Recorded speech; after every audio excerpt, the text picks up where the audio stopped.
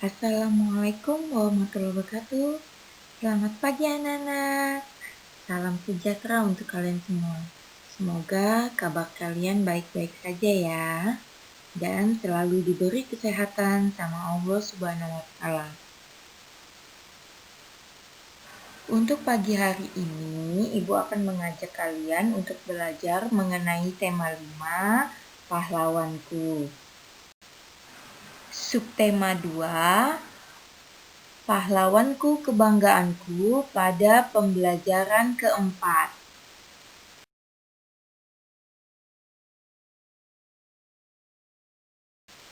Di mana mupel yang kita akan pelajari adalah bahasa Indonesia. Kalian bisa membaca sendiri ya kompetensi dasar dan indikatornya. Kemudian ada lagi mupel PKN dengan kompetensi dasar dan indikatornya. Silahkan kalian baca masing-masing ya. Sebelumnya, Ibu akan menyampaikan tujuan pembelajaran kita pada pagi hari ini, yaitu Ibu harap anak-anak dapat menuliskan 2 informasi menggunakan tabel KW atau Know What Do You Want to Know dari Kapiten Patimura dengan terperinci. Kemudian mempresentasikan 2 informasi dari teks Kapiten Patimura berdasarkan tabel dengan benar. Ketiga, menuliskan 2 sikap dari tokoh yang sesuai dengan makna sila kelima dengan benar. Dan yang terakhir adalah menceritakan refleksi diri dalam melaksanakan sila kelima Pancasila dengan benar.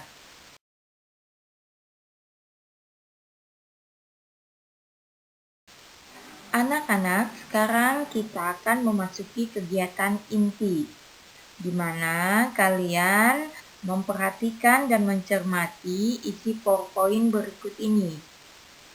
Nah, Indonesia mempunyai pahlawan-pahlawan nasional. Mereka bekerja keras memperoleh kemerdekaan Indonesia.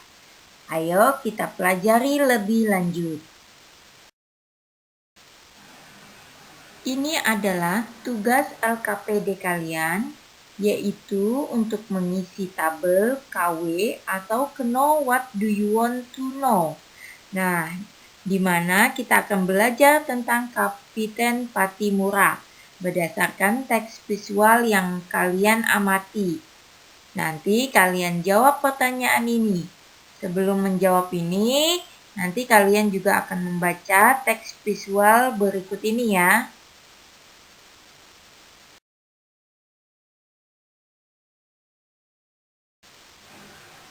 Nah, untuk menjawab LKPD Mandiri tadi, pada tabel KW atau Know What Do You Want to Know, kalian harus membaca teks berikut ini ya.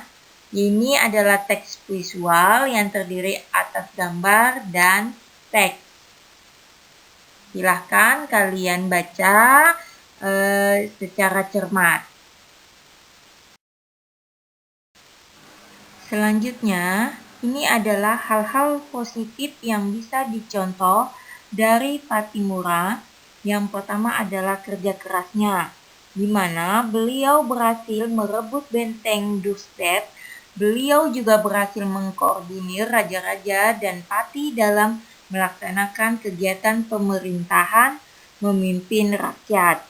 Kemudian yang kedua, Kapiten Patimura adalah sosok yang teguh pada pendiriannya. Ia berkali-kali dibujuk oleh penjajah untuk bergabung, namun ia menolak. Dan yang ketiga adalah Kapiten Patimura juga adalah seorang pemberani dan perkasa. Dengan peralatan yang sederhana, ia berani berperang melawan penjajah dan berhasil menguasai benteng penjajah di Pulau Saparua. Selanjutnya, perjuangan yang dilakukan oleh Patimura adalah Kapiten Patimura memimpin rakyat Saparua melawan penjajahan Belanda. Dalam perjuangan menentang Belanda, ia juga menggalang persatuan dengan kerajaan Ternate dan Tidore. raja-raja di Bali, Sulawesi, dan juga Jawa.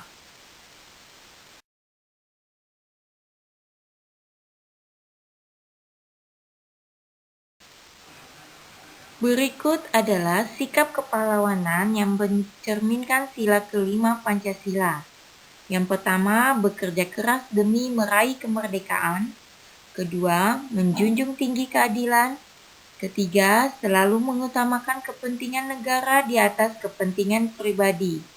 Keempat, berjuang membantu rakyat yang sedang dijajah. Dan yang kelima adalah bergotong royong bersama rakyat demi meraih kemerdekaan.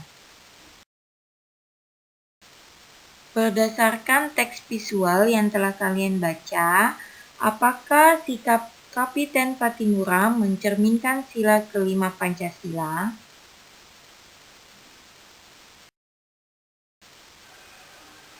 Ini adalah sikap baik yang bisa dicontoh dari Kapiten Patimura. Dan contoh sikap tersebut yang dapat diaplikasikan dalam kehidupan sehari-hari kita. Di mana contohnya ada satu, sikap kerja keras. Contoh dalam kehidupan sehari-hari yaitu sebagai seorang siswa kita harus rajin belajar dalam mencapai cita-cita yang diinginkan. Contoh kedua adalah mengakui kedaulatan bangsa lain, di mana kita dapat menghargai dan mengakui kemerdekaan bangsa-bangsa di dunia. Ketiga, menganggap bangsa sendiri sejajar dengan bangsa lain, yaitu bangga menjadi bangsa Indonesia.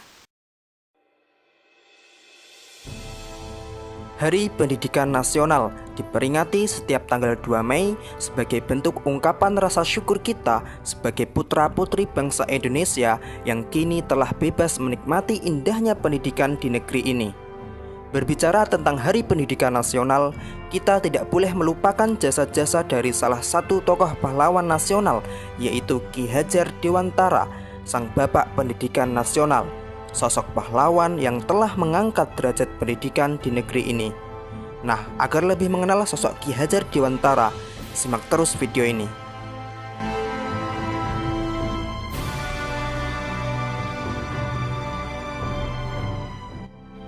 Ki Hajar Dewantara lahir pada tanggal 2 Mei 1889 dari lingkungan Keraton Yogyakarta, yaitu dari keluarga Kadipaten Pakualaman dengan nama Raden Mas Suwardi Suryaningrat. Sebagai golongan ningrat, Suwardi mendapatkan hak untuk mengenyam pendidikan yang layak oleh kolonial Belanda. Ia menamatkan pendidikan dasar di ELS, Sekolah Dasar Eropa atau Belanda. Kemudian sempat melanjutkan ke Stovia, Sekolah Dokter Bumiputra, tetapi tidak sampai selesai karena beliau sakit. Setelah tidak berhasil menyelesaikan pendidikannya, Suwardi mengawali karirnya dengan bekerja sebagai penulis dan wartawan di beberapa surat kabar, antara lain di Sedia Utama, Midin Java, The Express, Utusan Hindia, dan lain-lain. Suwardi tergolong sebagai penulis yang handal. Tulisan-tulisannya komunikatif, tajam, dan patriotik, sehingga mampu membangkitkan semangat anti-kolonial bagi pembacanya. Selain ulet sebagai seorang wartawan muda, ia juga aktif dalam organisasi sosial dan politik. Pada tahun 1908, beliau bergabung dengan organisasi Budi Utomo bersama Douws Dekker dan Dr. Cipto Mangunkusumo, yang kemudian dikenal sebagai Tiga Serangkai. Ia mendirikan Indische Partij yang merupakan partai politik utama yang beraliran nasionalis. Namun partai tersebut tidak mendapatkan badan hukum dari pemerintahan kolonial Belanda karena dianggap dapat membangkitkan dan menentang kolonial Belanda. Kemudian pada tahun 1913, pemerintah Hindia Belanda berniat mengumpulkan sumbangan dari warga, termasuk pribumi, untuk merayakan 100 tahun kemerdekaan negeri Belanda dari penjajahan Perancis. Hal itu menimbulkan reaksi kritis dari kalangan nasionalis, termasuk Suwardi. Suwardi melancarkan kritikannya melalui salah satu tulisan yang cukup terkenal, yaitu Als ik eens Nederlander was, yang berarti Andai Aku Seorang Belanda. Tulisan beliau ini dimuat dalam surat kabar The Express tahun 1913. Sekiranya aku seorang Belanda, aku tidak akan menyelenggarakan pesta-pesta kemerdekaan di negeri yang telah kita rampas sendiri kemerdekaannya.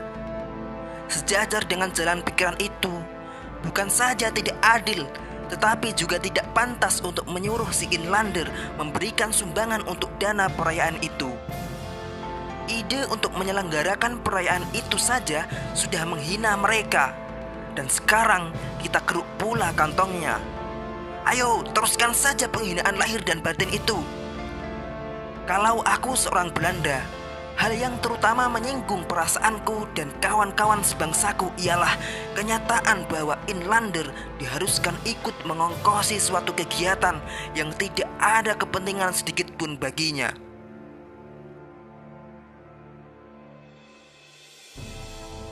Karena tulisan-tulisannya itu, ia kemudian dijatuhkan hukuman internering atau hukum buang tanpa proses peradilan.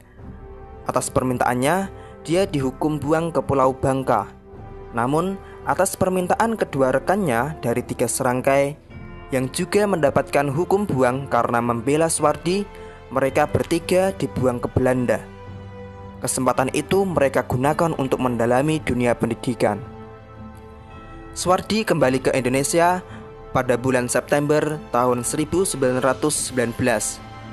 Pengalaman mengajar ini kemudian digunakan untuk mengembangkan konsep mengajar bagi sekolah yang ia dirikan pada tanggal 3 Juli 1922, yaitu Perguruan Nasional Taman Siswa. Saat ia genap berusia 40 tahun, ia mengganti namanya menjadi Ki Hajar Dewantara. Ia tidak lagi menggunakan gelar kebangsawanan di depan namanya. Hal ini dimaksudkan supaya ia dapat bebas dekat dengan rakyat, baik secara fisik maupun jiwa. Semboyan dalam sistem pendidikan yang dipakainya kini sangat dikenal di kalangan pendidikan Indonesia. Secara utuh, semboyan itu dalam bahasa Jawa berbunyi: Ing ngarsa sung tulodo, ing madya mangun karsa, tutwuri handayani. Di depan memberi contoh, di tengah memberi semangat, di belakang memberi dorongan. Semboyan ini masih tetap dipakai dalam dunia pendidikan Indonesia hingga sekarang. Ki Hajar Dewantara meninggal dunia di Yogyakarta tanggal 26 April 1959 dan dimakamkan di Taman Wijaya Brata. Nama Ki Hajar Dewantara tidak hanya diabadikan sebagai nama seorang tokoh dan pahlawan yang tanggal kelahirannya, yaitu tanggal 2 Mei, dijadikan sebagai Hari Pendidikan Nasional, tetapi juga ditetapkan sebagai Bapak Pendidikan Nasional. Nama Ki Hajar Dewantara juga diabadikan sebagai salah sebuah nama kapal perang Indonesia, yaitu KRI Ki Hajar Dewantara, dan potret dirinya juga diabadikan pada uang kertas pecahan Rp20.000 tahun edisi 1998. Nah, itulah sepenggal sejarah perjalanan hidup Ki Hajar Dewantara, sang pahlawan nasional, sang bapak pendidikan nasional. Selamat Hari Pendidikan Nasional. Semoga kita semua dapat menikmati indahnya pendidikan di negeri tercinta ini. Salam pendidikan nasional.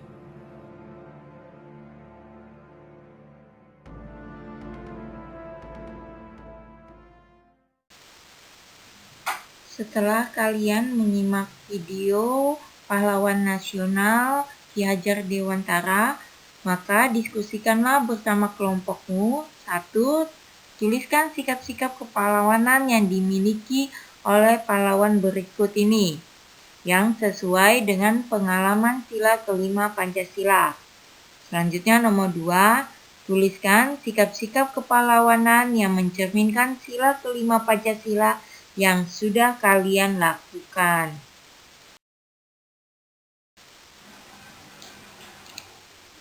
Di kegiatan akhir ini kita akan membuat kesimpulan. Dari kesimpulan yang telah kita pelajari, maka kita dapat meneladani sikap-sikap kepahlawanan di dalam kehidupan sehari-hari. Jadi sikap-sikap kepahlawan itu dapat kita terapkan dalam kehidupan kita.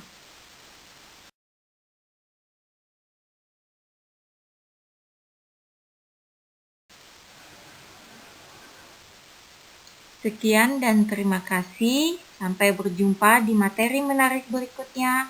Wassalamualaikum warahmatullahi wabarakatuh.